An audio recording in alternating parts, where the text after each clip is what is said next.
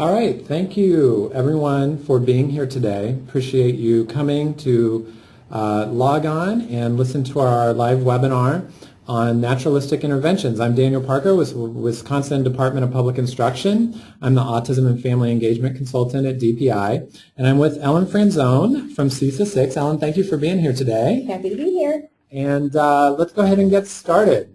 I'm not going to go through my information, my speaker profile, but there is information about both Ellen and I. Ellen, is there anything you want to say about yourself and your role in CESA 6? No, I think specific to naturalistic interventions, I think I draw on experiences that I had as a birth to 3 home visitor as well as an early childhood speech and language therapist. So I think those are the two settings where I've done most of kind of direct service using naturalistic interventions.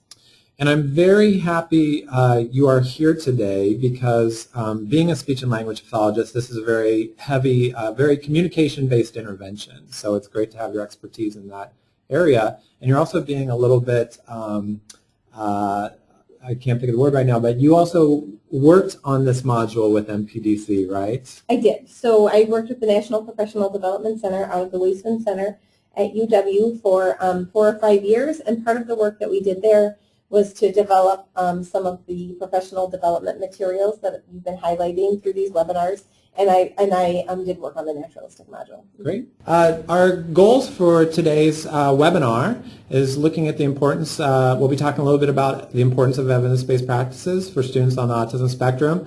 We'll be talking about what is naturalistic interventions and different ways to use it. We're going to spend a lot of time talking about the step-by-step instructions of implementation, which really get into what is naturalistic interventions. And we're going to talk about how it can be used in some different settings, some tips and tweaks, and we'll be providing some resources for further study. Couple quick assumptions I want to just share with you. My assumptions about the listeners and audience today. One of them is that we're presuming competence about students with disabilities. One of the things that's very important to me, that there is a huge spectrum of need around students on the autism spectrum, and we have students with, very strong verbal abilities and others that have maybe nonverbal or use other forms of communication. I just always want to reinforce that just because a student presents themselves with a neurology that has a lot of movement needs, nonverbal students, students that may have a lot of behavior in terms of self-injurious behavior, aggression towards others, unskillful communication, that we just make sure that we understand that that may not be tied to a student's capacity for learning and abilities for learning, and that we're presuming competence with students at all levels, that these naturalistic interventions and other interventions can work for students amongst the spectrum.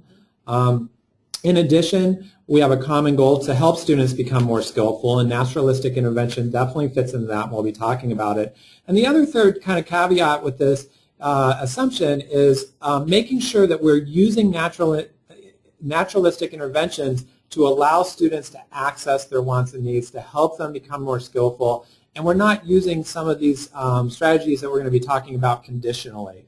And what I mean by that is you would not withhold something a student wants or needs for a long period of time where they're not able to get it based on some criteria of a skill. Would you add anything to that, Ellen? Well, I think one of the things that I see teams sometimes struggle with is this idea of, but if we teach them how to ask for something, that they're going to ask for it all the time.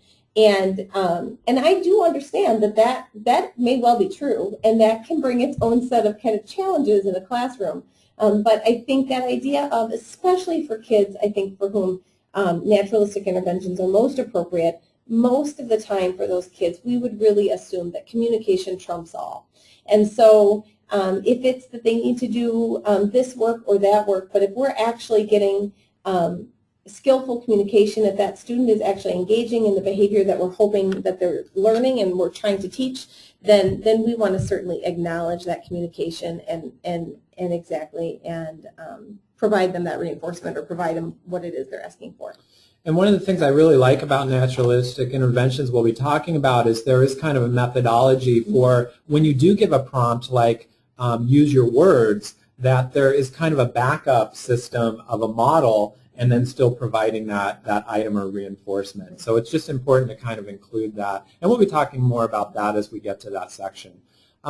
In general, some assumptions we have about behavior. I really like the terms kind of skillful versus unskillful behavior, not thinking of behavior as something good or bad, thinking of, instead of students having deficits, thinking of them as differences. There's a lot of pieces to that. When we think about behavior as being challenging and trying to get behaviors down to zero and trying to reduce things, certainly we need to take data on certain types of behavior to know if our interventions are working, but really I'm very much with the philosophy of really putting some antecedent interventions. How do we teach more skillful behavior? And naturalistic interventions completely fits into this. It'll be a really nice discussion today talking about we can model use of language, we can really target, and we'll be talking about how we define the behaviors we're trying to help the student learn. Those are huge pieces of teaching the desired behavior that fit very nicely with naturalistic interventions. So excited about that today. A nice UDL strategy when you're providing new information to people is to talk about the terms that you're using and definitions. I'm not going to go over these, but if you receive the handout, they're in your packets, and you can use these and refer to them as you're listening along. There is one definition I do want to talk about briefly, though that's natural reinforcement, because naturalistic interventions is really going to be talking a lot about what is natural reinforcement. Those of you who are familiar with reinforcement, we won't go in depth in discussions of it, but typically, there are primary reinforcers, things like food, water, those types of items that are immediate reinforcement to humans. There are also secondary reinforcers, things that students may want, like toys, or a high five, or a smile, or a thumbs up, or a thank you, a pat on the back. Those all would be secondary reinforcement. Natural reinforcement could be primary or secondary reinforcers, but really natural reinforcement is what the student would be receiving if they perform the skill or behavior in a way that most people do, what those people would receive. So an example might be if you do well on a spelling test, you might get a smiley face on the spelling test. If you ask for, if you make a request for something, you'll be handed that thing. Are there other examples of natural reinforcement that we should share?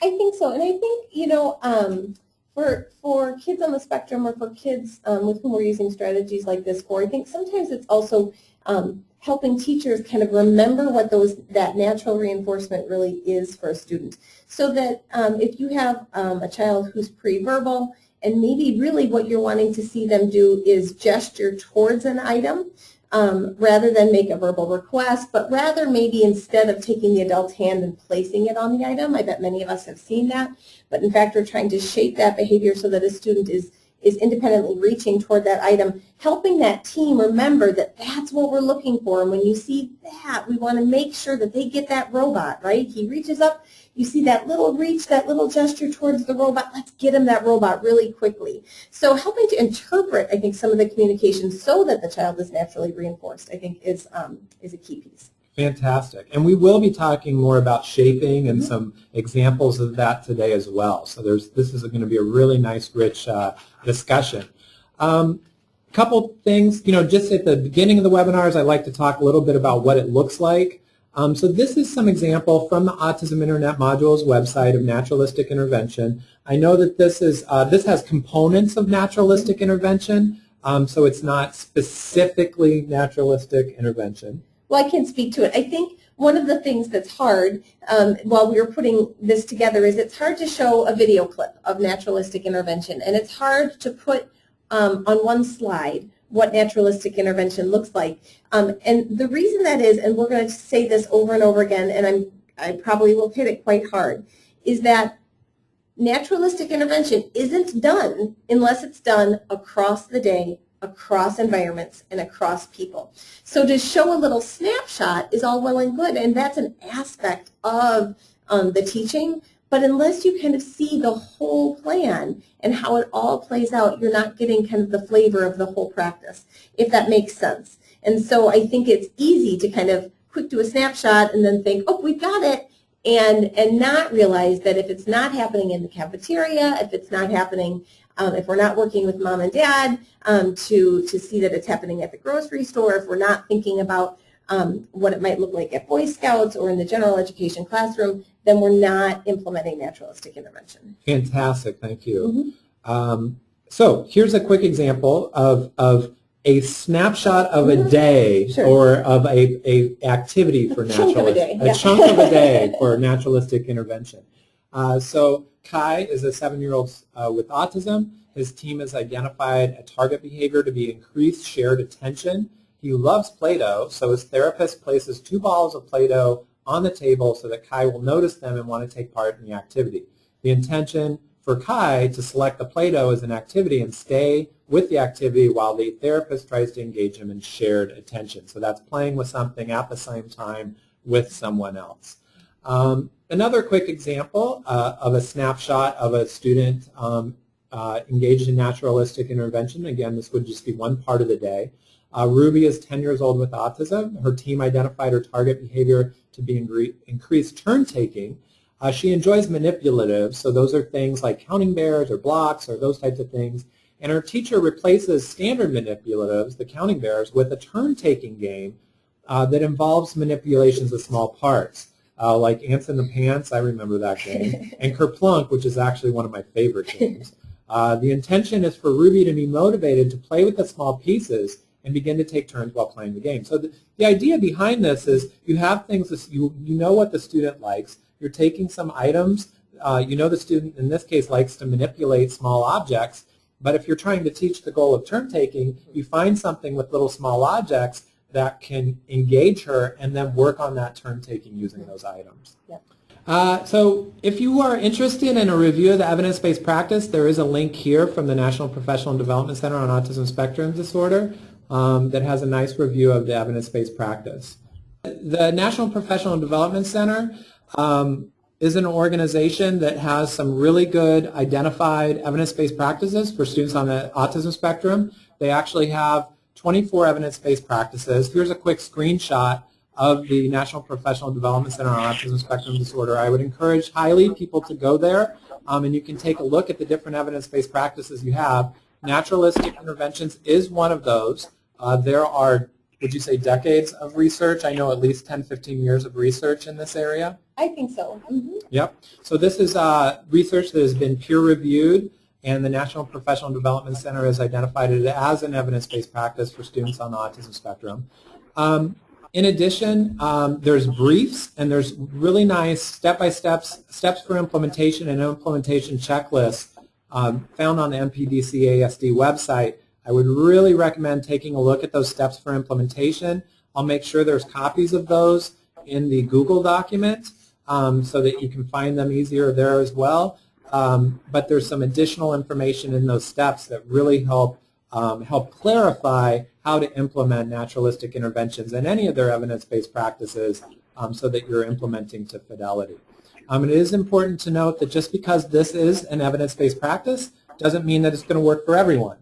We need to really look at our learners, know our learners, do good functional behavior assessment, and understand what students need based on their individual strengths and needs. In addition, even if you are implementing naturalistic interventions or any evidence-based practice, if you find it difficult, what I would suggest is to go to those steps for implementation, look at those implementation checklists, and just ensure that you're implementing to fidelity. Also, you need to think about your learner. With naturalistic interventions specifically, really knowing your student, knowing what their wants are, knowing what their abilities are is key for this intervention to work. Finally, it is important to think of some general needs of students on autism spectrum. This really fits in, this naturalistic intervention is really going to fit into that access to communication systems. Working on basic communication, that's a big piece of this naturalistic interventions. It can also be useful for students who are verbal communicators who are working more at initiations, certain nuances of language. So there are general areas but it's definitely a communication-oriented intervention. It is, and just to kind of chime in there with Daniel, I think when we think about our students on the spectrum, and especially our nonverbal students, regardless of what their age is, I think one thing that is certainly a belief of mine is that it is really not okay for us to have students out there who don't have some kind of functional communication system in place or being developed for them. So that can look a lot of different ways. That can be students using voice output devices, or it could be students learning how to use picture exchange communication systems, or it could be just training the adults in their life to know what those gestures and what those kind of behavioral signs might mean for a student. But we have to give our kids a way for them to say, stop it, I don't want that, please help me. So I think that those pieces, and certainly naturalistic intervention can be used to put some of those things in place, but it is imperative that we give our kids some kind of functional communication. I appreciate that, and typically I always have the slides with all of my presentations, and I don't have very much time often to go in depth into them. I do more so in my full-day workshops, but that piece of being able to appropriately have options of protesting, have options of having different ways of using language is such a key feature for students, for all students, but for students with autism. Another big piece which really fits in with naturalistic interventions is that relationship with caregivers. You really have to know that student for these interventions to be effective, and we'll be talking about that. Another quick resource, Autism Internet Modules. The MPDC-ASD website has those step-by-step instructions and implementation checklist. If you want to see some more information broken out on naturalistic interventions, you can really use that to be able to, you can go to Autism Internet Modules, and it gives you more information and a different structure about that. It's free. In addition, they have the step-by-step instructions and implementation checklist on the AIM module, so I would highly recommend checking out the AIM module for students. Really quick, it's important for me to kind of tie in how this intervention is not just another thing not connected to other things that are happening that you may be asked. I know in Wisconsin we have a lot of initiatives happening in terms of educator effectiveness, PBIS, RTI. Some schools are using Universal Design for Learning. So I wanted to just quickly do a tie-in to some of these other pieces. With naturalistic interventions, it really ties into making sure every student has a right to learn, one of Wisconsin's guiding principles for teaching and learning. It does have some pieces around assessment and defining behaviors. It's definitely collaborative, which is fantastic. This naturalistic interventions really falls into that idea of collaborative responsibility, and also looking at creating responsive environments. In terms of educator effectiveness, some of you that are educators out there, that's something that's been rolling out. There's 4 domains. We're using the Danielson framework in Wisconsin, and really quickly, just to let you know how naturalistic intervention intersects with some of those domains, definitely knowledge of content and pedagogy, knowledge of students is critical, as well as some of these other areas. Under classroom environment, it definitely can help with, we'll be talking a little bit about organizing physical space and the environment in terms of how this works, as well as some of these other pieces. And with instruction, it really hits all of these. One of the things with this connection with naturalistic intervention and educator effectiveness, something for educators, maybe go back to your districts. If you're implementing and you're using the step-by-step instructions in the implementation checklist, you could ask if some of those evidence of using this methodology fit in with any documentation you need for your educator effectiveness reporting in terms of artifacts and those types of things. Some districts I've heard are doing that. Yeah, I would think that they would fit quite nicely. Another piece of this is professional responsibility, and the big piece of this is communicating with families is a huge piece of naturalistic interventions as well, which is a part of that educator effectiveness system. I would say that this would fall in nicely with a positive behavior intervention support. This is something that's teaching more skillful learning. Again, I'm kind of flipping through these pretty quickly because I want to get into the main content here. Another piece we'll be talking a little bit, those schools looking at universal design for learning. We're going to give you some strategies to be thinking about how you might be able to use some of the strategies we're going to discuss today. You may be helpful with all learners. I would say particularly with younger learners or learners that have language-based needs, but strategies that will help you kind of universally with all students that you work with. If you want to know more about Universal Design for Learning, there was a webinar that we did at the beginning of the year that is available if you sign up from one of the previous slides that you can access, where I go into a little bit more about Universal Design for Learning. But the general principle of it is that when you develop a strategy, here's a nice cartoon that kind of sums it up. There's a student who uses a wheelchair, and there's snow all over the steps, and there's snow on the ramp, and the student in the wheelchair asks the guy who's shoveling the snow to say, hey, can you help shovel the ramp? And the guy shoveling the steps says, well, if I shovel these steps, I'll shovel the ramp as soon as I finish shoveling the steps, because all these other kids are waiting to go up the steps. And the student using the wheelchair says, yeah, but if you shovel the ramp, we all can get in. So the big idea behind universal design is that if we do an intervention, or if we have some methodologies in how we work with students that are going to help our most needy learners, it's also going to work some of these strategies with all students. So some of the things as we talk today, think about how we talk about setting up the environment. Think about some of the things we'll be talking around prompting, around modeling, how we ask questions to get certain students, how we define behaviors of what we're looking for in students. And you can apply those to other learners. If you want to know more about UDL, there's some great information on the WDPI website, and we have a consultant at DPI, Jolene Troya, who works with UDL, who can answer many questions that you have. Also, just throwing out there that with students on the autism spectrum, it is important to, again, just reiterate that if you met one person with autism, you've met one person with autism, so you really need to think about these practices that we're talking about today and really think about that individual and their individual needs in terms of what they need. And my kind of final thoughts on this prior piece is that one of the reasons it's so important to use these evidence-based practices that are positive behavior interventions is because typically for learners that struggle, that have difficulty, we try skills like reasoning, reprimands, timeout, suspension, expulsion, and for most students these things work. They work to help students understand what's happening, to change behavior, but for the students we're talking about, these things are not effective. So just explaining to a student how to request items, explaining to a student how to appropriately initiate conversations, those may work for some students, but for the students we're talking about, you really need a more intensive intervention, something that's more teaching skillful behavior. And really, as educators, we have those choices to, if things are not working and you're having difficulty teaching students more effective communication systems, and the traditional behavior interventions or things that you would normally do for most students are not working, we really need to use positive behavior interventions and evidence-based practice, and ideally we're using those as the research has shown effective. So moving into introductions to the naturalistic interventions. We're going to talk about the definition first.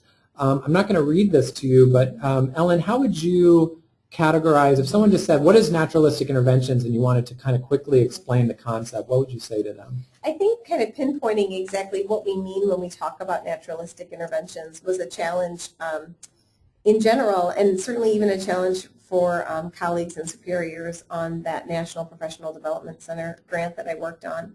But I think what it really came down to is that it's kind of a collection of practices that are used together. So, and pieces of which I think every teacher, certainly every early childhood provider, uses on a daily basis. But it's when you kind of cobble them together in a purposeful way and do that across people and across environments, I think that's when we really see positive results in the research. So those strategies include things like environmental arrangement, right? Putting puzzles up on a high shelf so the student has to ask for those puzzles. And interaction techniques. So how does the adult interact with the student? Some of those practices that, if there are any SLPs out there that we've known for a long time, right, getting down at the child's level and providing adequate pause time and being an engaging communicative partner, things like that. And then we use those in conjunction with some strategies that come from ABA, or applied behavior analysis. And really that comes down to not just waiting for the student to do something, but if that student is not successful in kind of in engaging in that target act, what it is we're wanting them to do, we're going to provide them some prompts or some cues to help them become successful. So, so it's those things: environmental arrangement, interaction techniques, and then some prompting practices when they're used together and across environments. That's really what we're talking about when we talk about naturalistic interventions. Thank you. To kind of go more in depth, and again, we wanted to give you an example of a case study and then discuss it. At this point, if you received this case study online, we're going to just read it, and if you want to mute us as we're reading this, that's your choice. I'm going to read the actual case study that is available through the Autism Internet module, but if you want, just for about a minute, if you want to mute it and read it yourself quietly, you can do that as well. So this one is for Marco, and Marco is a 12-year-old with Asperger's syndrome. His speech-language pathologist has been working with him on greetings as specified in his IEP, but he had not generalized the skill to his general education classroom or community settings. His parents wanted him to be able to say hello to family, friends at the softball field. His teacher reported that Marco did not respond to peers' greetings in the morning. Marco was able to both respond to and initiate greetings in a small group speech therapy session. The team decided to set up a naturalistic intervention to help him generalize these skills to other environments. They developed a data collection sheet for Marco to carry with him through school environments and invited his mom to send data from home through email. An example of this data collection sheet is on the right. And we don't have that, unfortunately. But in any case, in his general education homeroom class, Marco's teacher provided support to Marco as the students filtered into the class. When a student greeted Marco, the teacher whispered behind him, "What do you say, Marco?" And Marco was able to respond with an appropriate greeting, like he had practiced in speech. Occasionally, he required a direct model. All of Marco's teachers and many staff were provided with some instruction regarding this practice via an email and also in a general 6th grade team meeting. They were more mindful in their greeting to Marco as they knew what prompts to provide in order to get him to produce the appropriate greeting. His case manager arranged for Marco to run some errands throughout the day, allowing for more practice as he delivered mail to the office, returned dishes to the cafeteria, and brought copies to the resource room. Marco's parents were also taught the strategies for bringing out the greeting, such as providing a model or a man model, and they were able to support Marco's use of greetings at the weekly softball game, as well as other times throughout the week. Below is an example of the data collection sheet that was used with Marco in other environments. Again, we don't have that one. But Marco quickly began using greetings in multiple environments. His teachers and parents began noticing that he was spontaneously using these greetings, and they worked with others on the team to reduce the level of prompting, like using a modified time delay. By taking advantage of natural interactions with multiple people in environments, Marco was able to generalize the skill. Marco now greets peers and teachers appropriately at school, and his parents report that he is more likely to respond to others' greetings in the community. So kind of the idea behind this is, you have a 12-year-old student, and the educators were working on some greetings. Marco's able to greet adults when in those structured teaching groups and settings, but he was not able to generalize these greetings to others throughout his day. And that generalization piece, what we mean by generalizing is you learn a skill in one environment, but you don't use it in other environments. And we see that all the time. I mean, that is a big piece of autism, is that you can learn a skill in a certain place with certain people, but then in another place it's just not there. Absolutely. So for this student, it was greetings. So they wanted to use the naturalistic interventions, and first thing they started with was data collection. So they wanted to see, well, let's see where this is happening, when it's happening, how often is he not doing these greetings with students throughout the day. I think that just is making the case for getting solid baseline data. I think we need to know what it is kids are doing, because a lot of times we go into planning with kind of a general guess or a sense of where a student is, and a lot of times those are right. I mean, a lot of times we as skillful teachers do have a good sense of where students are at with their skill level, but the reality is the day is long and our days are full, and we do need to get some solid information so that we know where we're starting from, because if we know where we're starting from, we're going to know if our teaching is working. So I think that's the key there. And so after looking at that baseline data, Marco's teacher provided supports to Marco when students came into the classroom. So they looked at an environment, and so at different times throughout the day when teachers walk into the class, when students walk into the classroom, the teacher would provide support at that time, because that's when greetings occur.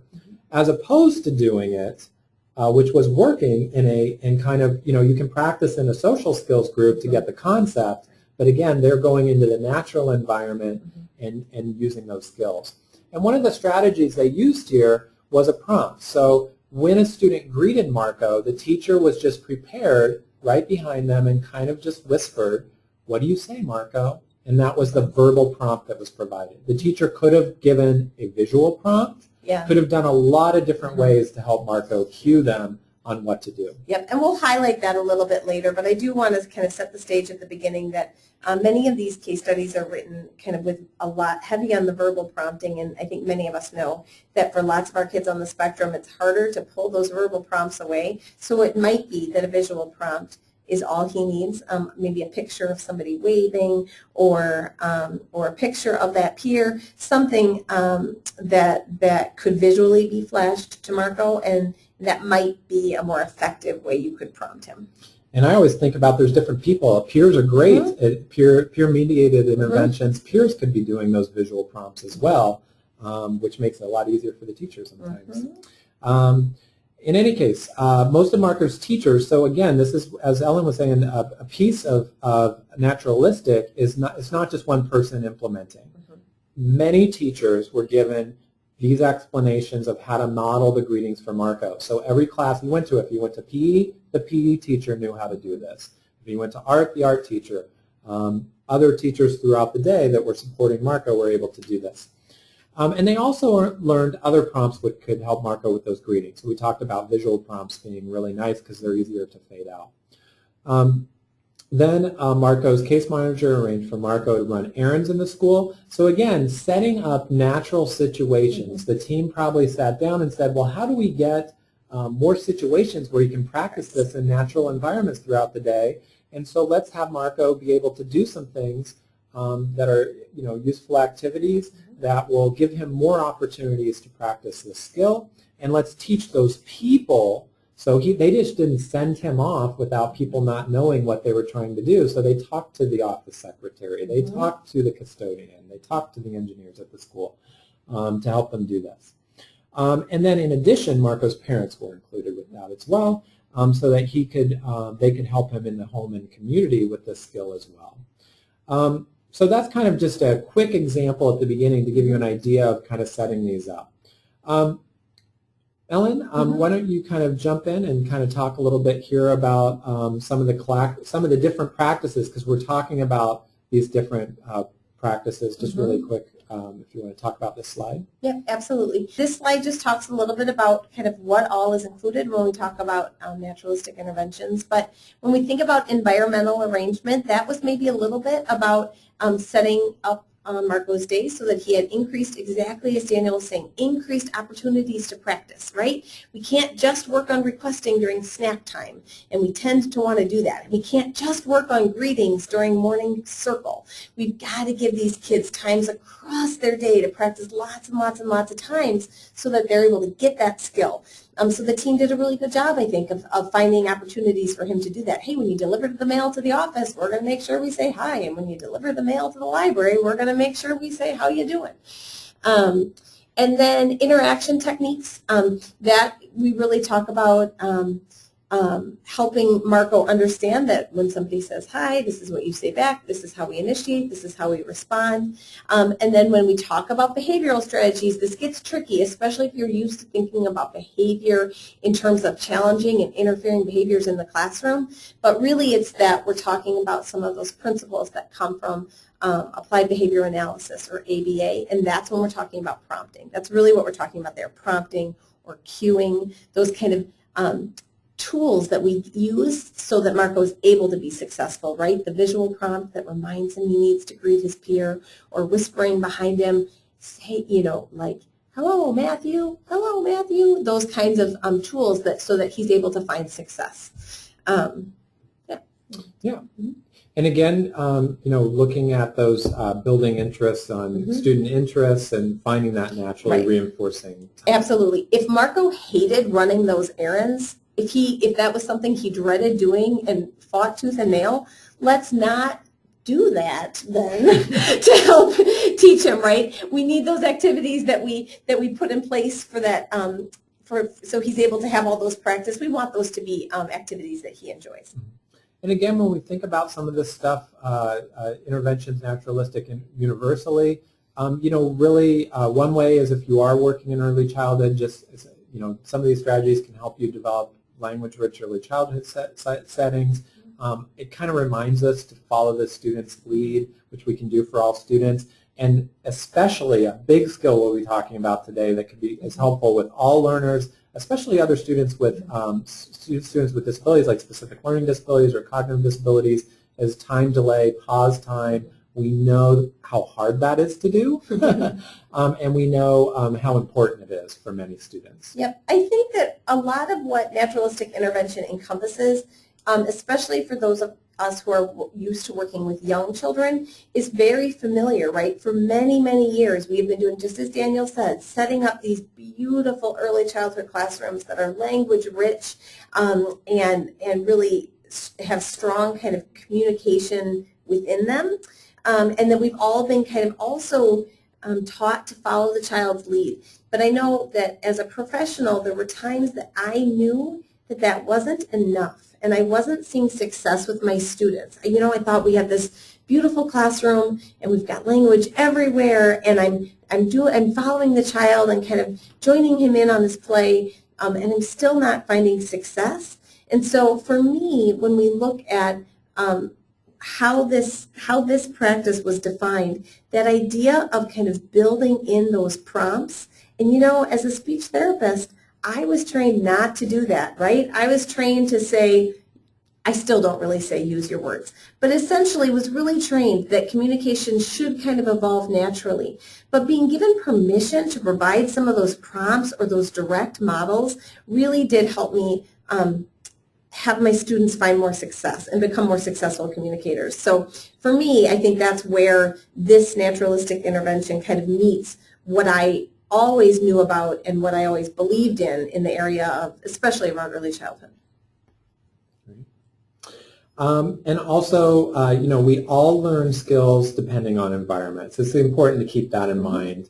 You know, you are going to be a better learner when you are in a safe environment that's motivating and interesting to you. So it really builds off of those, naturalistic intervention really builds off of that as well. And I think kind of going back to that a little bit, I think that that idea for many of our students on the spectrum, if I didn't learn it there, I'm not going to do it there. So if I didn't learn how to request anywhere but the snack table, I can request really, really well at the snack table, but I'm not going to be able to make requests to get my own wants and needs met in other environments. And so that idea Daniel referred to earlier of skills being stuck in the speech and language room, we all have seen that, right? Being stuck at the speech and language room, or frankly being stuck at a discrete trial table, those kinds of places where then students are able to do it there, but they're not able to generalize it to other places. And so naturalistic intervention really came to be in response to that. Yeah, and I also see that with like social skills groups Sure. For students even at the high school level. You see that too. So if you're interested in the specific evidence base, we're not going to go into the research base in this, but there is a there's that research base that's connected for naturalistic intervention. There's a nice link there if you want to go in and look at the specific research in this. Some reasons we like naturalistic interventions. I know that a big piece, we talked about the generalization piece and the importance of that. I do a lot as being a family engagement consultant at DPI. I'm working with a lot of statewide groups and families. It really is out of a lot of those evidence-based practice, it really lends itself and really requires to have across the day looking at how training some families in some of these strategies as well. So that's fantastic. And it's a language-based intervention. And I don't know if you want to say anything more about the value of the natural environments. You know, I think that what we know, so there's lots and lots of teaching practices that we use for our students, for all of our students, and specifically for our students on the spectrum, that we know would be better if we used them across lots of environments. We know it is better if we use a visual support, if we allow a student to use a break card in the general education classroom and also in the resource room and also maybe during PE, that break card is maybe something that student has access to across the day. And same with picture exchange communication systems. This one is, you know, we know that we want students to have access to all of these kind of teaching practices across the day. The difference is with naturalistic, it has to be. Right? If you're going to say that you're doing naturalistic interventions, then it has to be taught across environments. So that's kind of the difference.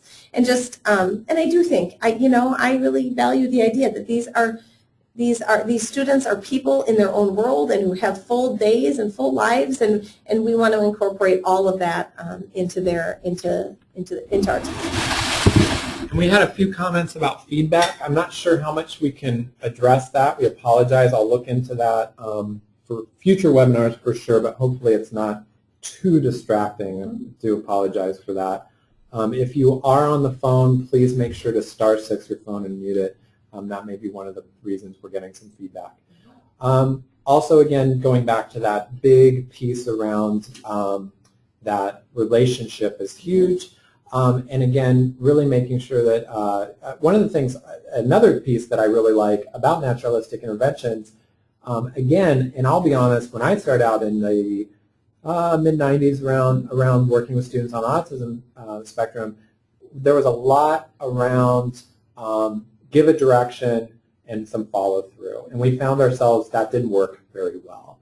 And honestly, it was not a very, I have some remorse for some of we were doing the best we could with what we knew at the time, but it kind of got us into situations that we got in power struggles. And I really, really like a piece of this, even though we did this with other aspects, we did shaping, we did some really good work, naturalistic interventions really does encourage educators to look at communicative attempts, so you don't have to be 100% saying exactly the eventual age and developmentally appropriate target skill, but you are working towards you know, if you're teaching a student, as you said earlier, to go from grabbing your hand and taking it to an object to requesting it, there's a lot of stages in between to get from point A to point B. Same thing with, you know, being able to appropriately request certain needs and those types of things. Well, and I think, Daniel, you talked earlier, too, about choosing how you teach different things to be dependent on those individual kids. And so I think that doesn't mean that we don't use some practices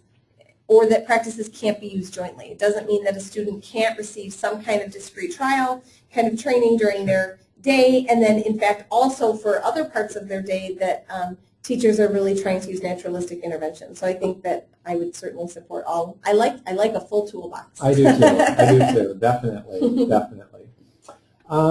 And then, you know, specifically for students on the autism spectrum, they really target social and communication goals. They focus on generalization. It's a language-based intervention.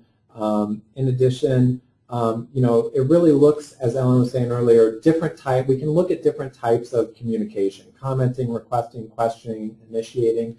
And although we've been talking a lot about early childhood, please know that you could use naturalistic with any student really at any level, and we'll give some examples of that. I think that example of Marco, you know, someone who had verbal language but just wasn't initiating would be one example.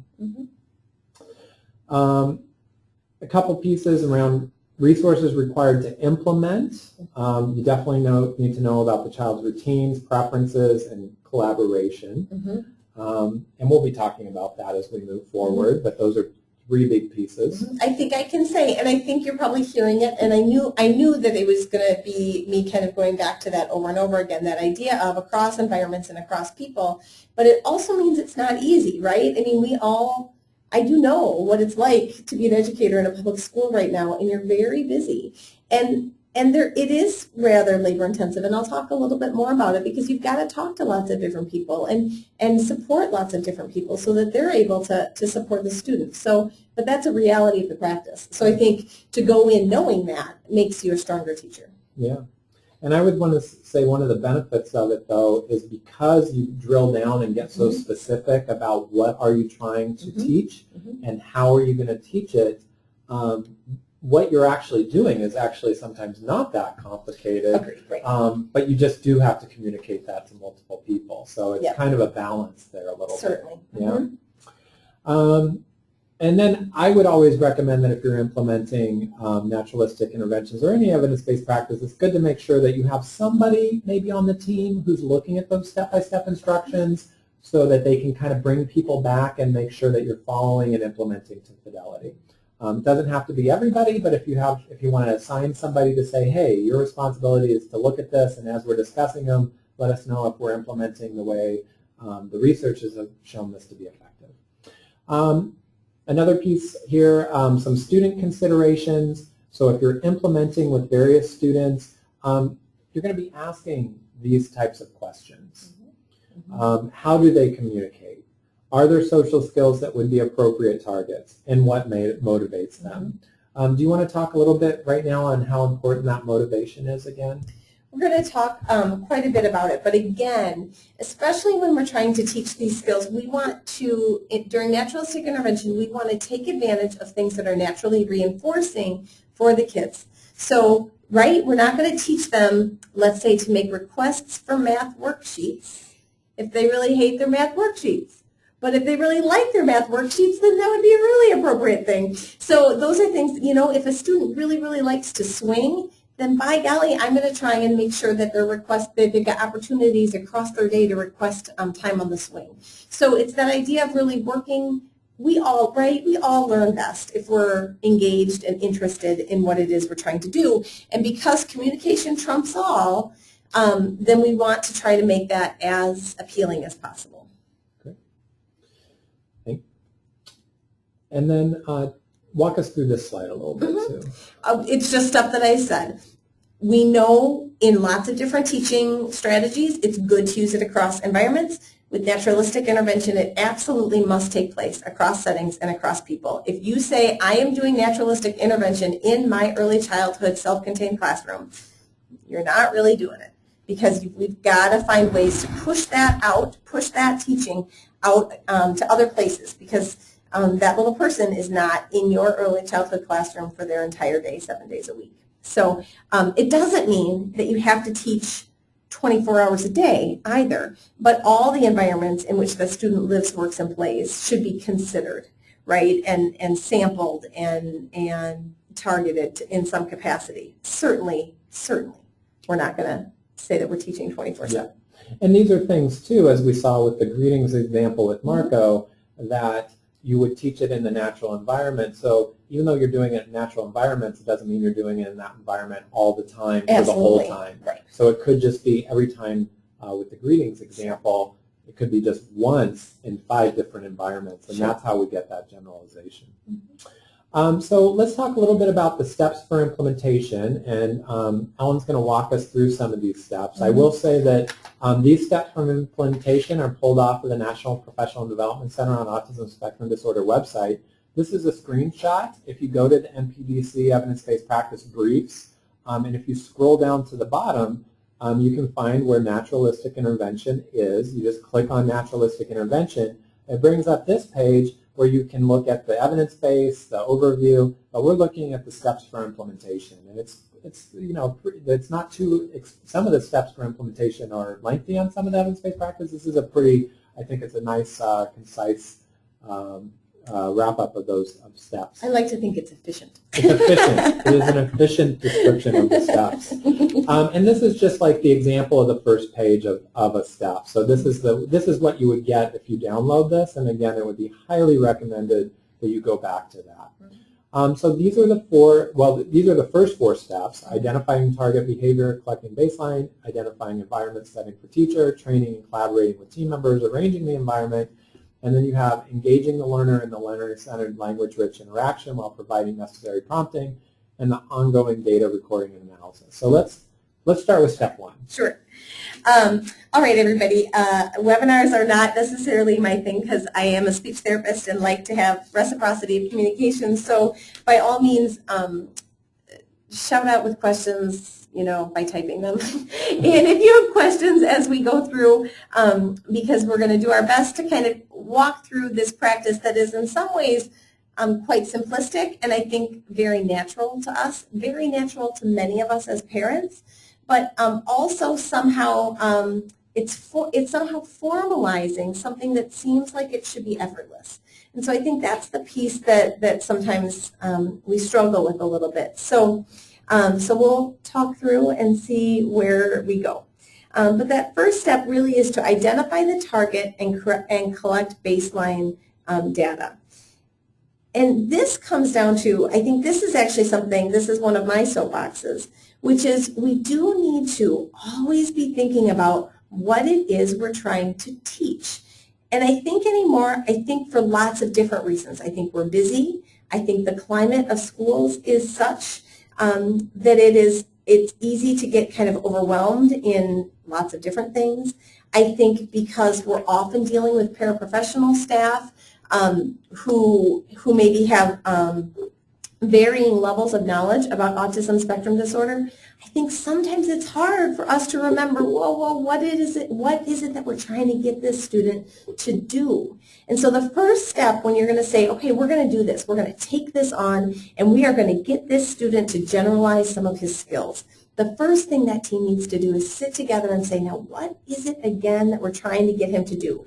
And I don't want some big, giant IEP goal. I don't want that we want him to increase his communication, or we want him to use a vocabulary of 50 verbal words. I don't want anything that big. I want something very discreet and small that everybody understands. So there's some examples on the slide there, like using the pronouns he, she, and it appropriately. Okay, everybody, we're working on he, she, and it. Those are the things we're focusing on, he, she, and it.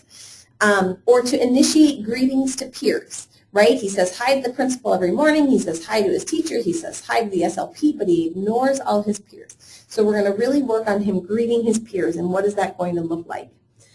Using 2-word utterances to request. We have a student who is already somewhat verbal, and we want him to expand those verbal utterances. And so we're going to really work on him putting 2 words together. So a student might say ball, ball, when they want ball, or car, car. And instead of doing that, a 2-word utterance would be want ball or want right. car. Or mom, ball, please. Things like that, right? Or if you say, or maybe that student says no all the time, no, no, no. And you're gonna really encourage that student to say like no work, no milk, so to expand on utterances that way. And then another example would be to simply share joint attention. We know that's a really early sign of students on the autism spectrum, that they're not able to kind of play with a toy with another person, kind of sharing joint attention, looking at the same thing, engaging in something, taking turns back and forth with that object. So maybe that's something that we're working on. So that's what I mean by kind of very discrete, clear ideas of what it is that we want this student to do. And again, we're looking at not just a general big goal like let's make friends or let's improve language skills. It's really those skill-specific targeted pieces. And we're looking at making sure everyone's working to assist that student and it's clear to what the student will learn. And again, it's like everyone agrees if they see it or don't see it. Because if you say we're going to improve language, people are going to have different opinions on that. But if you say we're going to use he, she, and it pronouns, appropriately. So if you see a girl walking, you say she is walking, everyone will agree whether they use that appropriately or not. And just to pop in, those examples that we just gave too, we're well aware that those are not how they would be written on the IEP. I haven't talked about how measurable they are. I haven't talked about to what extent we want to see a student doing those things. All we're doing right now for these purposes is saying, what is it that we want to see this student do? Identifying that target act. And just to give you a kind of side-by-side comparison of what might be a general goal versus a target behavior. So if you just said increase language during play, that can mean a lot of different things to a lot of different people. But student uses pronouns he, she, and it's more specific. Increasing joint attention, that could be a bigger goal, but student points to an object to request might be a little more. Because joint attention can mean a couple different things. Improving social relationships, we can be talking about a student initiates communication with peers. So those are just a couple examples right there. Really quick to give you a chance if you're working in teams, and we're just going to take a 2-minute break. Write down, think of a student or a child that you have, and think about what are some really specific skills that you would like that student to learn. And if you want to type some examples in, we'll make some comments about those skills and maybe even have a little discussion and some examples of what might be specific or help you whittle down something more specific. So let's take a 2-minute break to do that.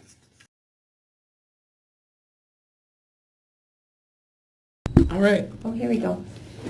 All right, we're back. Which is really thinking about how that student might be able to request needing a bathroom break, and what an appropriate thing, because you know what they're going to need to do across settings and across environments is absolutely is be able to say like, hey, I need to go. What a great this is a great way to target a skill like that. Lots of buy-in from families certainly, and everybody, school staff, everybody wants that goal to be successful, right? So I think that's a great idea. Yeah, fantastic. Thank you. We appreciate that. I'm going to have you have us move on then to step 2, which is where we talk about identifying environments and settings for teaching. So let's all just imagine that we're sitting with our team around that table again, just like we did, and we said, okay, by golly, we're going to do this, and this is the skill we want this student to learn. The next thing that team needs to be thinking about is, what does this child do, where do they do it, and with whom do they do it? So we need to know, and that's hard sometimes, especially as kids get a little bit older, right? To know, to think about, okay, how do they start their day? What do they do before school? What do they do during that whole school day? Where do they sit in the cafeteria at lunchtime? Or what are their favorite classes across the day? You know, we know that they are included with peers during, say, choir or during like a technology class or whatnot, but really thinking very purposefully about kind of what does that student do all day, every day. And again, we need to consider all settings where communication and the skills could be taught. It is a practice which is going to put the challenge down that we have these conversations with families. And I think we all know, we all kind of want to do that, and we all want to engage with our families, and there's lots of things that can sometimes make that more or less challenging as teaching staff. But I think all of us know that when you can engage in those conversations with families and bring that whole team to the table, that it really does make for some very rich teaching. So we have an example here of a activity matrix. So the idea is that you're kind of laying out different settings in the day, and I have kind of a fancy, so here's the different parts of the day: arrival, free play, snacks, small group activities, outside, large group time, departure. And then you have your target skills. So in this case, the target skills are at the top, and they actually have multiple skills that they're looking at. Yep. And we're going to share the entire activity matrix. Oh, actually, no, don't go there yet, if that's okay, Daniel. Oh, sure. We'll get to the larger activity matrix. What you are looking at right now, it's very funny, because during the course of this whole developing this, I did have to keep thinking, how can we put this out there in a visual way and kind of in the context of one slide. So you'll see that this activity matrix is in fact specific to a school day, which again is perhaps not ideal, but is better than just saying it's only going to happen in speech and language, or it's only going to happen during his time in the resource room, that they are really looking across that student's school day. But that developing a matrix like this is the kind of thing that you're going to want to do. You're going to want to say, where is this student? What is it that we want them to do? And how are we going to help that happen? So hopefully this gives you kind of a little sense, and we are going to look at another one in a little bit later to look at kind of a broader activity matrix. So here's an example of a student, another case study, and this time for kind of just maybe for sake of time, I think I'm just going to kind of give you the gist, because we use this example specific to that activity matrix. So you have, this is a younger student with autism, has a small vocabulary, uses words to request items, and they want to expand that utterances to 2 or 3 words, and they want them to label objects and body parts. And so the idea here is that the teachers provided in-service to families explaining kind of naturalistic interventions and how to do some of these things, and arrange home environments to encourage these interactions. And one of the ways they did this was to put favorite toys out of reach and identify toys that might help teach various body parts. And they kind of developed this activity matrix based to plan to help Brian improve language target goals and to improve throughout the day, expand the length of utterances, as well as be able to label some of the body parts. Again, we have that piece of the baseline data collection to kind of see which, and a big piece of this, in this case study, is they wanted to know, well, what body parts does the student already know? What can they point to? What can they identify?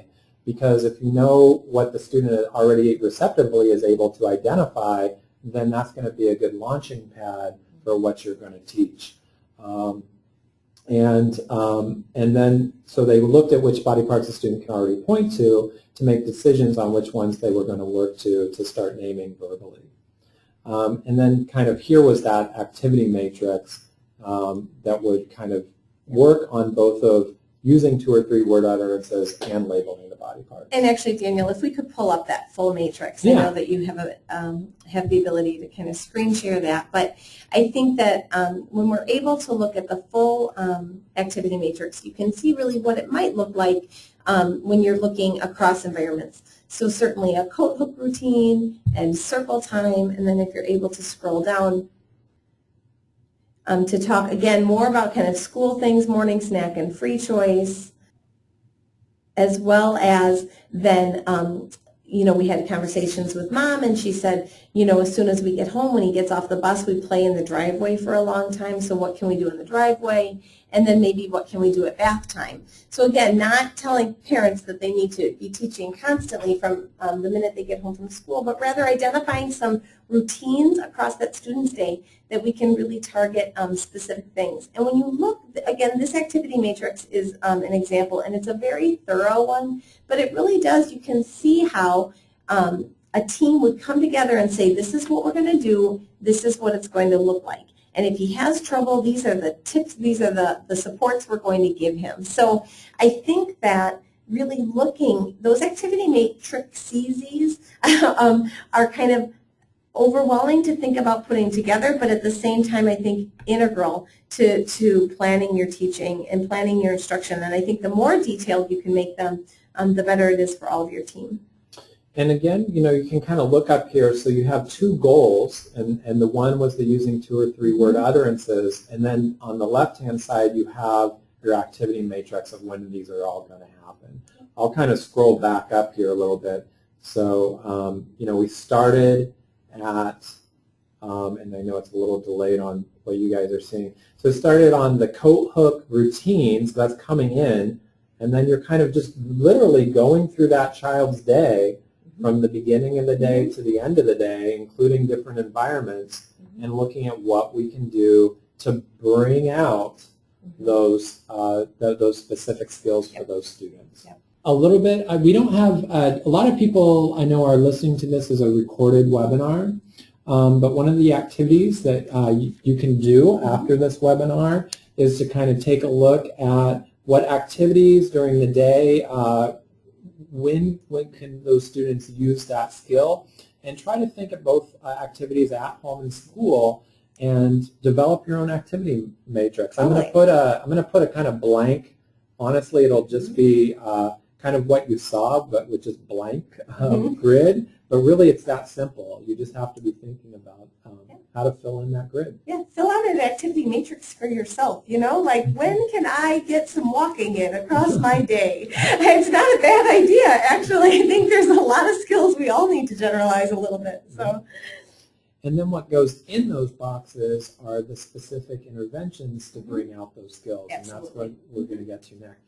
I think for a lot of people, kind of some of these ideas so far are pretty familiar, right? I think many of us have talked about what does an activity matrix look like, or many of us have thought about our lesson planning in that same way.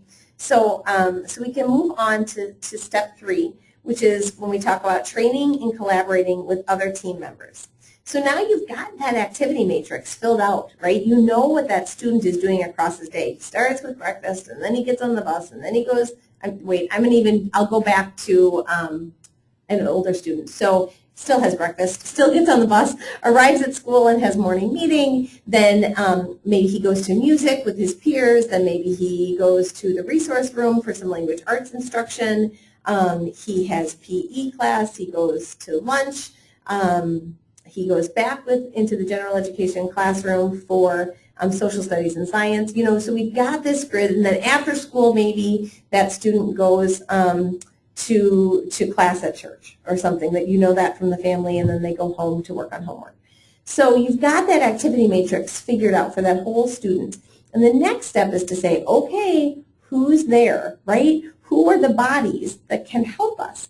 Because with naturalistic instruction, we're not just waiting for the student to kind of come up with something. That's that idea of setting up a language-rich environment and just hoping that the communication spontaneously comes, which does sometimes happen, but doesn't always happen. So we need to think about, in each of those environments, who's there who can be our helpers? Who's there who can be our teachers, right? And so there's lots of different people we can consider. The parent, certainly, perhaps a sibling, a child care provider, certainly, if they're with that student on a regular basis. At school, a huge part of our job as special education teachers is training our paras to know exactly what it is they should be doing to support a student, right? Not just getting them through the day, but rather really supporting them to be successful communicators and to be successful students. Certainly general education and special education teachers, maybe their bus driver, maybe somebody in the cafeteria, maybe some of the specials teachers. I just had a district that I work with who did a whole in-service, which we're used to in-servicing. Our paraprofessional staff were used to in-servicing maybe the gen ed teachers, but they had one specific to PE teachers, music teachers, art teachers. What a great way to give some of those teachers some skills and supports as well. And then I think we need to think about the community, right? Does the student go to Scouts? Does the student go to a church or another religious institution during the week? Are they involved in a sport where maybe the coach would be helpful if that coach had some idea of what they might be able to do? So really thinking who crosses this kid's path across the day. And so what we want to do, I don't love the word training because that's not entirely really always the case, and certainly with parents know, but what we want everybody to be on the same page about is this is what we want the student to do, a clear message. This is our goal. This is what we want the student to be successful doing, and here's what you can do to help them succeed. So those are the messages we need to get across, right? And so and it's got to be really, really clear, because that coach and that sibling isn't going to understand it if it's real abstract, right? Necessarily. So we need to be as concrete as possible. We want this student to to come up and ask you for help without you having, to offer help when you see him kind of floundering. We want him to initiate that request for help by himself. And now here are some things that you can do to help him do that. So I hope that's clear, but that's kind of the message when you're collaborating with the team that you want to be getting out there. And then this is an example that I'll talk through a little bit, but another piece to remember, and this is again one of those times where I say naturalistic intervention isn't perhaps the easiest intervention to put into place, is that this is not necessarily a one and done kind of collaboration. You don't just have to reach out to the coach and the bus driver and the cafeteria worker just one time and then they've got it. You're going to need to check in with them and say, hey, how's it going? Or you're going to say, you know what, Mary got that skill. She's doing a super job, and here's the next one. So you need to have some kind of system in place, or at least an acknowledgement for you as maybe the case manager that that's going to be your role for continued communication with that whole team of people. So, here's a couple examples. If you wanted the student to greet adults in multiple environments and settings, you might talk with the bus driver and just explain that to the bus driver, here's what we're trying to get the student to say, here's the way that we would like you to maybe provide a verbal prompt or a visual prompt to the student. This is what the student is we're teaching the student to be able to say to you, and then just kind of work on that. Some of the strategies you might use to talk with the bus driver and so that they know how to kind of elicit that response from that student.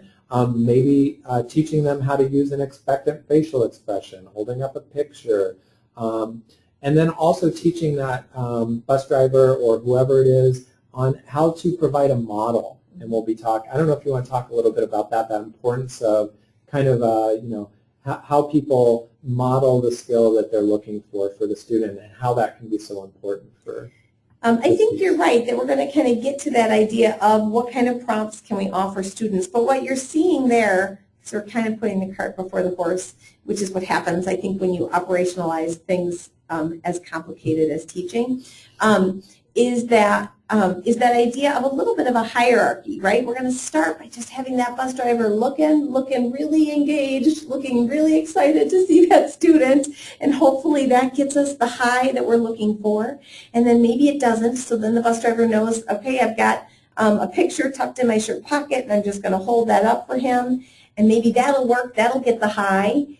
Oh shoot, he's still not saying hi, so then we teach the bus driver, you're gonna kind of whisper like, hey, Mr. Johnson, and then the student repeats that, hey, Mr. Johnson, and then they get a really positive high five. So that idea of again, being really consistent and clear, this is what we want you to do because look, now that kid's been successful, he has gotten on the bus, he has said hello to the bus driver, we've all had high fives, and we can go about our day. So I think that idea of giving a clear message is of how we're going to support the student to be successful is what we're talking about. Yeah, and again, I love in the naturalistic that it kind of encourages that hierarchy where you always kind of have maybe a plan C that is that model or is that ability where the student still is having a positive experience at the end of it. So that moves us kind of along to step 4, which is to arrange the environment. And so we need to set up spaces, and I'm going to talk through some examples because setting up spaces is kind of a broad word for setting up a room or arranging a lesson or setting up lots of different things. So we'll talk about that. But we're really going to set up spaces so that adults can encourage use of the target skill and maintain the student's interests, right? So we're not going to set up really boring activities that student doesn't care about because no, that's not how they're going to want to communicate. That's not an environment they're going to want to necessarily communicate and learn in. And we want to set it up so that student has opportunities for lots of practice. Just like Daniel was saying before, that idea, how many times can we work on this specific skill? Because the more times we practice it, the more likely it is that student is going to be able to get that skill, generalize it, and use it more independently. So the first example I have is for Letitia.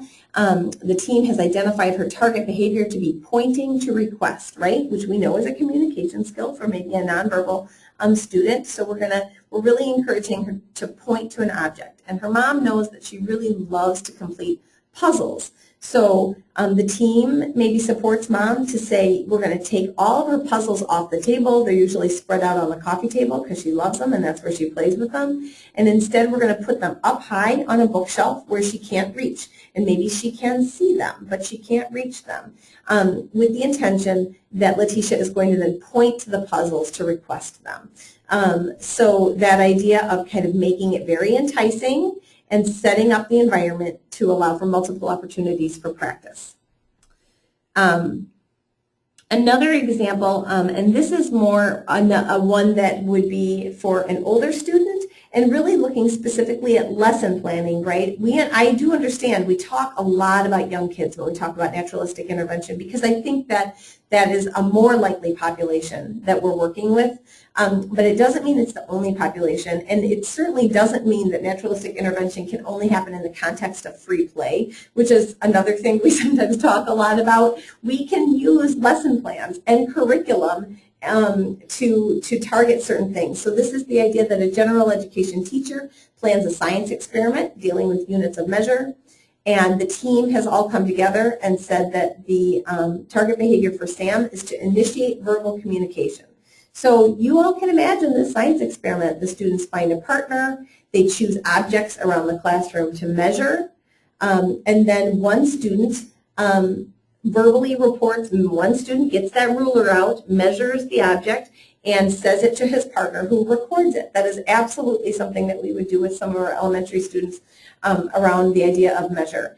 And so what the teacher is going to want to do is make sure that Sam is the reporter, right? Because if Sam is the reporter, then he's initiating communication to his peer by telling him how much something how long something is after measuring it with the ruler, right? So, and again, the idea too of choosing objects around the room to measure, that allows a student to have some choice in the matter, which increases motivation and makes it more reinforcing and all those things, because maybe he really, really loves flags and he gets to go find the flags and measure the flags or whatnot. So that's a way that you might be able to arrange kind of a lesson plan, a standard science or math lesson plan in a way that would also be part of naturalistic intervention. And one of the things that this makes me think of it is, you know, this is an example of what would fit into that box on that activity grid for initiating verbal communication in this setting.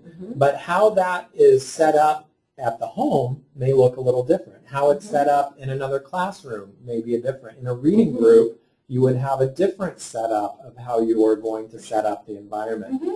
So that's one of the things I don't know if we touched in. When you're setting up these activity grids, you're really looking at thinking about those individual unique environments and setting up so that in that environment, this makes sense for getting that language out. So it's a nice creative experiment as well. Absolutely. And then the last example is for Ruby. It says that we did this one already. We talked through this one already. This is Ants in the Pants and Kerplunk.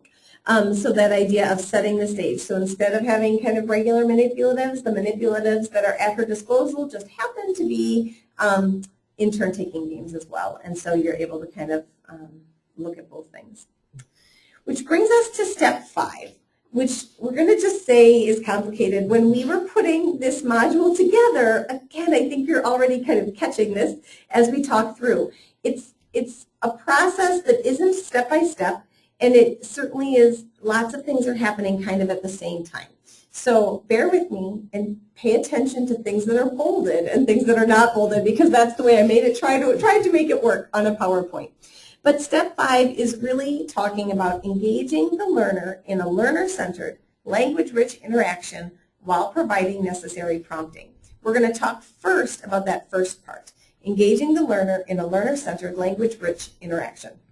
This is the stuff that SLPs and a lot of the rest of us really love, right? Following the student's lead, that means letting the student kind of guide what we're doing, giving them some choice in the matter. Again, it doesn't necessarily just mean following along during free play, but it does mean that the student has there's some choice making built into almost every activity, and letting the student guide it in that capacity. Being at the student's level, that's again something that maybe is more appropriate when we're talking about younger students, that idea that if we've got, and I don't know if we've got any Part C folks, any birth to 3 folks on the line, but certainly if we're working with infants and toddlers or some of those little 3-year-olds in EC who are down on the floor, we want to get down so we're face to face with that little person, right? We want to be responsive to verbal and nonverbal initiations. That's what Daniel was talking about before. If what we're really working on is for a student to say, do a 2-word utterance like, milk please, and if that student is pointing and pointing and pointing to the milk, we're going to acknowledge it, right? We're going to make this a natural thing. It doesn't mean that we're not still going to work with them to get that verbalization out if we think that they can be successful and if that's what we're going for. But we want to be kind of responsive and honor the communication that that student is engaging in and provide meaningful feedback. So, you know, they're pointing and pointing to the milk. There are things that we can do to let them know we understand you want the milk. Oh, that milk does. It looks so delicious. But let's see what we can do to get that target behavior still pulled out, right? And I sometimes think that's, you know, really knowing the student, knowing how far you can go with that in terms of not reaching the frustration point, but still providing a meaningful challenge for the student. And you know, you can have some internal rules, maybe with staff that don't know that as much. You can give them that hierarchy of, you know, expectant look, pause, model, and then just say it and let the student have it. For people that know the student a little more, they might be able to look at that a little more, but you really are balancing that level of challenge and looking at that, you know, what is that target skill versus not creating a frustrating environment for the student. Absolutely. And then the idea of also kind of adding some teaching on, right? If the student says milk and then you model milk, please, or oh, the milk is good, or whatnot. So what this slide pretty much is all of language therapy in one single slide. So I hope you understand kind of what we're talking about here is really this very learner-centered, language-rich, reciprocal, positive, mutually honoring kind of communication. We want it to be feel-good communication with that student when we're engaging in these practices. And then the second part of Part 5, because actually, Daniel, if you don't mind going back. Sure. Because in that first part, that like really wonderful interaction, for some kids, that's going to do it. That's going to get the job done. They're going to say, milk, please, and you're going to say, by golly, yes, here's the milk, and everyone's going to have milk and cookies and be happy. So for some kids, that is in fact going to be enough, and that's great. So good.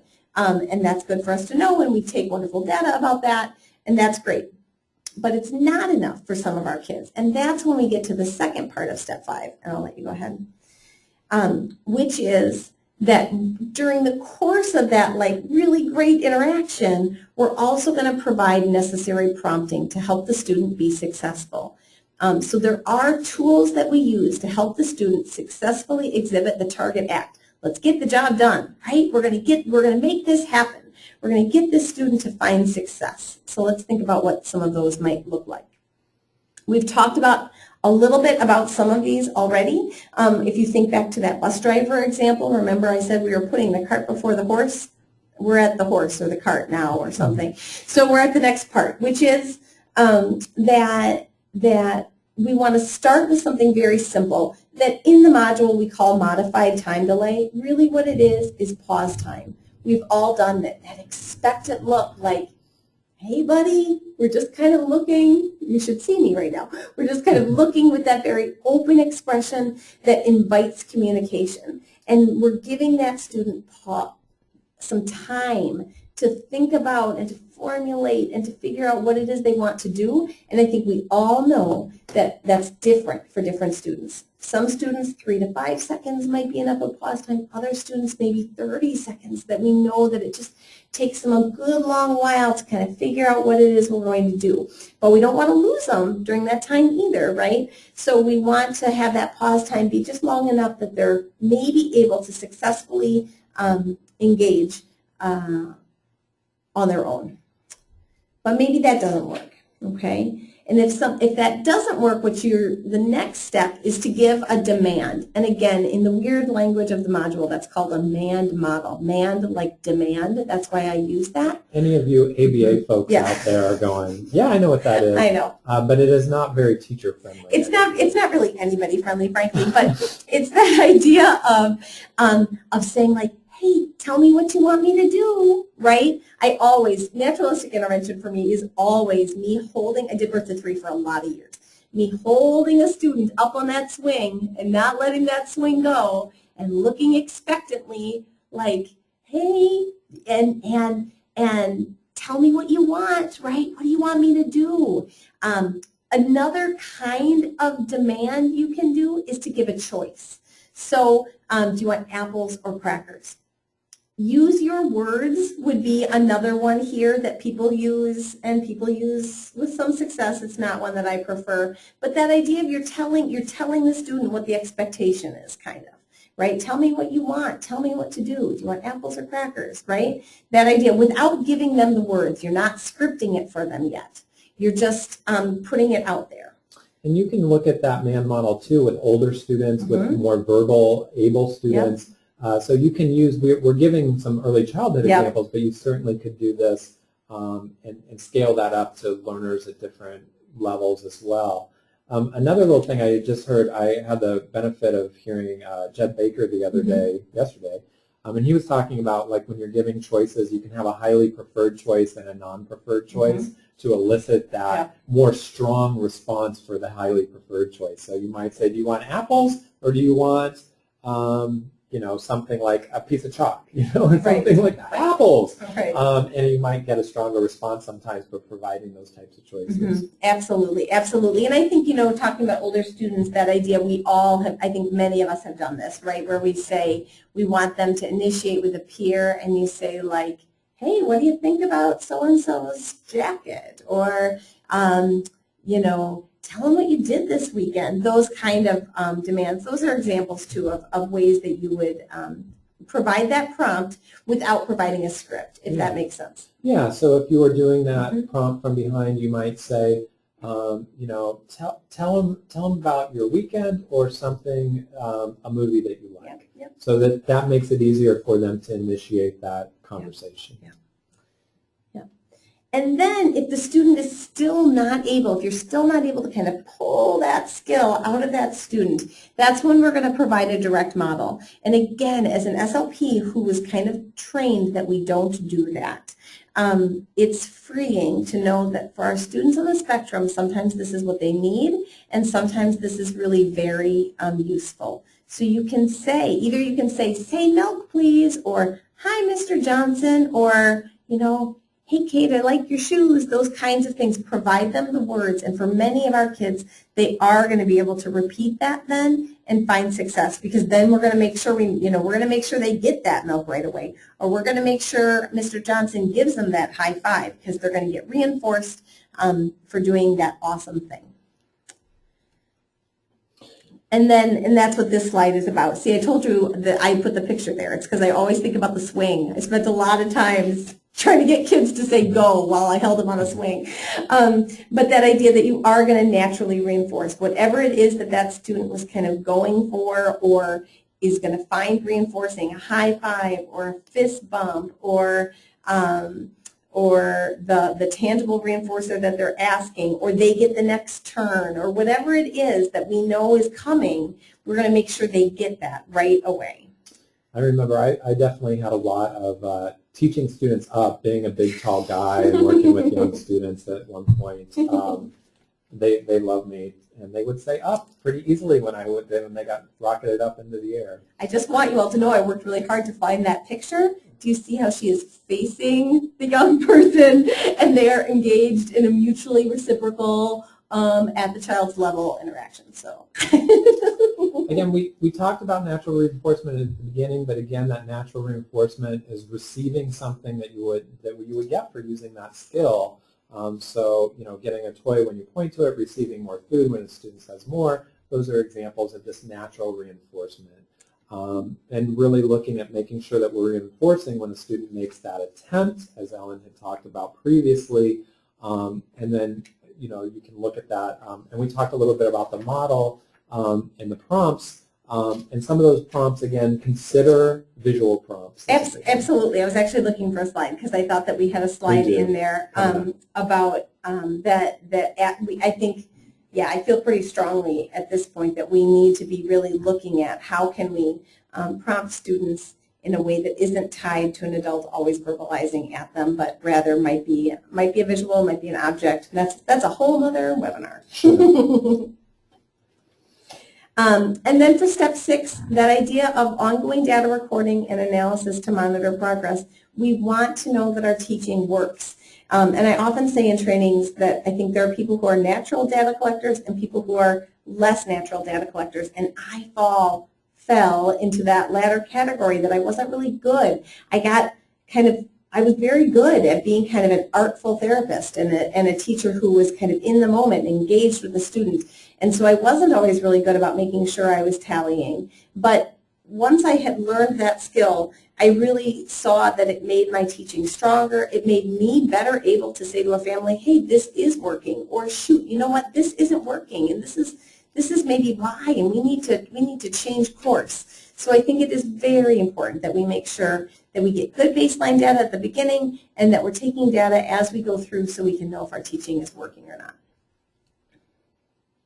And again, I would just encourage people to not just look at the student data, but also kind of looking at that data for, are you implementing these steps as the research has proven? And those step-by-step instructions, there'll be some extra little hints and discussions throughout there that will give you a clearer picture of how to implement this. So if you're going to take some of these ideas, I think it would be very hard just from any professional development just to go to something and implement.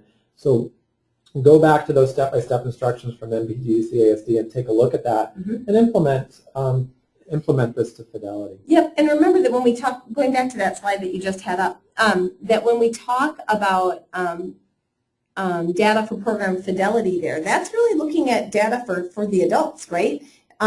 What are the teachers doing? What are the paras doing? Are things happening consistently? That's that, which we're not used to doing, I think, always as teachers. I think we're used to talking about data when we talk about test scores and IEP goals and student outcome data, but that this is really looking at teacher behaviors and saying, hey, what am I doing as a professional? And what is it that are all my I's dotted and my T's crossed? Or are there things that I need to change or add to what I'm already doing? It's always nice to have a checklist. As we kind of wrap up here, a couple big keys to success here. Going back to that first step, what are we teaching? We don't want big, broad goals. We want to really, really hone in on the specifics. We want to make sure, again, as Ellen said, you're not doing naturalistic interventions if you're not doing it across settings, adults, roles, those types of things. You might be using some of these strategies, but naturalistic interventions requires you to be doing it across multiple environments and roles. It's not something done in this place or at this time. Couple tips and tweaks. The visual piece, this is your slide here. Yep, just that idea. I do think that all prompts may be provided visually. That doesn't mean that they all necessarily need to be or should be, but I do think that it should always be considered. We know that our students on the spectrum are visual learners for the most part, and so there are lots of things you can do. Adults can carry a whiteboard around with them where they write the script out, and if the student is a reader, they're able to read that script from the whiteboard. Adults can all wear lanyards with different pictures of prompts on there. And again, this is a whole other kind of ball of wax, and I'm sure most of you are familiar with some of these ideas, but I think it's really important that we talk about, when we talk about prompting, we talk about not necessarily setting up kids to be really dependent on verbal prompts from adults. And for your really verbal learners who have a lot of reasoning skills and understanding, but they still have skill deficits in initiation or staying on topic or asking someone else about a topic of interest, that visual prompt could literally just be a symbol that the teacher holds up. It's just visual. It doesn't have to be a full text. It doesn't have to be laminated. It could be written on a Post-it note. Yep. It could be a gestural signal that is visual, like a thumbs up or a point or an OK sign. And I've seen those really consistently work really well to cue the student visually. Less intrusive. Again, you can hold it up and it's there until you get the student's eye gaze. It gives more time for processing than a verbal prompt and much easier to fade out. Some other tips and tweaks. We talked about that importance of taking the learner and student perspective. And I also kind of included in here, if you don't know your learner very well, talk to the family. There are just Google reinforcement inventories. You'll find all kinds of things online. You can find out what the student's like. Talk to the student if they're a verbal student and find out the types of things, get to know them that will help you implement these naturalistic interventions. And then also, I think some nice complementary modules that go with this on the Autism Internet Modules website in terms of setting up environments may or may not be really a tight connection, but visual boundaries, structured work systems. That pivotal response training, some of the same components go into pivotal response training, correct? I think you can make the case that naturalistic interventions and PRT are one and the same. And PRT is something that I don't see done a ton here in Wisconsin. But if folks can certainly reach out to me if you've got questions about kind of what PRT is. It's very similar with absolutely the same goals of having kids generalize skills. It's a bit more conceptual, and so I think that's the struggle I sometimes have getting an entire team on board. I think can be a little bit more challenging, but it's an exciting practice, so I would absolutely look at it. And there's some videos of pivotal response training on Autism Internet Modules as well, so if you want to see some pieces of that, you can go there. And when we talk about reinforcement and natural reinforcement, there is a very good module on reinforcement on the AIM website. And all of those have step-by-step instructions and implementation checklists. If things are not working, thinking about developmentally appropriate skills. So if you are trying to have the student do 3-word utterances and they're still at the level of sounds, that's going to be very challenging, and you need to scaffold up for that, or scaffold down a little bit for that. Looking at that approximation of skills which can be reinforced. I'm going to talk about that in a second when we talk about shaping here before we wrap up. And what are the different ways? Because there may be more than one way. Maybe one way to get that student to request a puzzle piece is to put it out of reach, but there could be other ways too that the team can come up with and discuss. It may be, what puzzles are there? Is there a preferred interest, and can you find a puzzle of that interest to make it even more likely that student will make that request? Using interest would be huge. With shaping and fading, I was taught in a generation that you have to fade out everything, and it is good to fade out your prompts, and you want to try to do that if that's appropriate for the learner, but just knowing that that's not something that has to happen within an IEP year, within a school year. You're really looking long-term for these students, and you want to continue to provide supports as long as the student is meeting those supports. And then shaping, we've taught a little bit about shaping, teaching and reinforcement of successful approximations of a skill, and it can take time. So I have seen shaping happen in one session, and I've seen it take years to shape a certain skill, which is a general skill. And I just kind of included this as an example. I remember one of the things that hooked me into why I am here today is watching a 4-year-old little boy say mom when he saw his mom for the first time, saying the word mom when he saw her. And mom was crying, we were crying. It took months, but we used pictures. We started out with the student just saying the sound which you're a speech language pathologist is one of the easier sounds for people to make. And then we worked on the students saying, instead of saying the student learning mom, we started with just And when he said we would say, you said mom, that's right. And then we worked to mom, and then we worked to mom. And it took a long time, but we slowly reinforced those approximations until we got there. Another quick example with the break card and pointing to show that you need a break. It may not be that that student can just verbally request, right now I really am having difficulty and I need a break.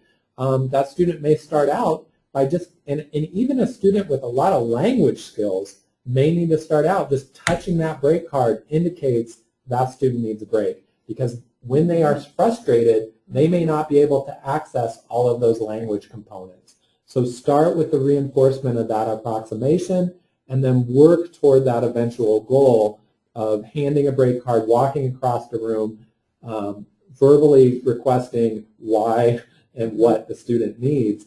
That's not going to happen overnight for a lot of the students we're discussing. Anything you would add to shaping? No, I think that I think knowing kind of where that student's at and what it is that they're doing right now is an important message to give to all those folks that cross their path, right? Because you're not going to necessarily have the bus driver help that student shape that skill right there, but the bus driver can know that if the student says, hi, and gets that M out for Mr. Johnson, we're accepting that. He doesn't have to wait for the whole name. That's an example on the fly. But letting everybody on that team know what is it we are going to accept and what are we going to kind of push for. Yeah, and when are we going to stop pushing and provide that kind of verbal model and reinforce. Thank you, that's excellent. And then again, looking at these universally, if you can incorporate think time in general for your learners. I was a 4th grade teacher. It was hard, but when I did it, I saw huge results. It really does make a difference, because otherwise what you end up doing is calling on the student who has very quick processing, who is highly motivated, and you're not even allowing other students to be able to process the questions, which is a big piece of learning. Again, looking at providing information to families and other educators about skills students learn and how to help students succeed.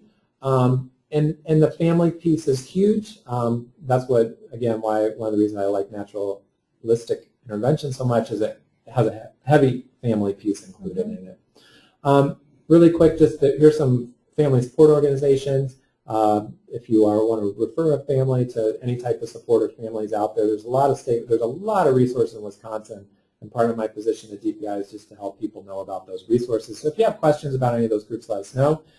We have some links to AIM and MPDC here. In addition, Ellen put together a few resources. Just, again, some of that, the pivotal response training, and that's Kegel, and Kegel do that work out of California. If you've heard about them, if you're interested in these kind of practices, it might be interesting for you to check out. And then there's a couple books there too that when we were putting the module together, I think were particularly user-friendly. So, you will receive a follow-up survey. If you are watching this as a recorded webinar and still listening, it would be helpful if you actually do fill out that survey. Very helpful to us to be able to provide future webinar. I do look at those, and I am going to be incorporating some of the ideas that people have been bringing in from previous webinars. A lot of people don't take me up on this challenge, but I would absolutely love for you to send an activity matrix. I will forward it on to Ellen if you send it to daniel.parker@dpi.wi.gov, and have us take a look and let us know if that's something we can share with the field. Maybe it's something we can drop into that Dropbox and we can get a collection of people around the state sharing some of these ideas. So that would be really nice to do over time. Our contact information is here if you have any further questions. Otherwise, thank you so much for your time today.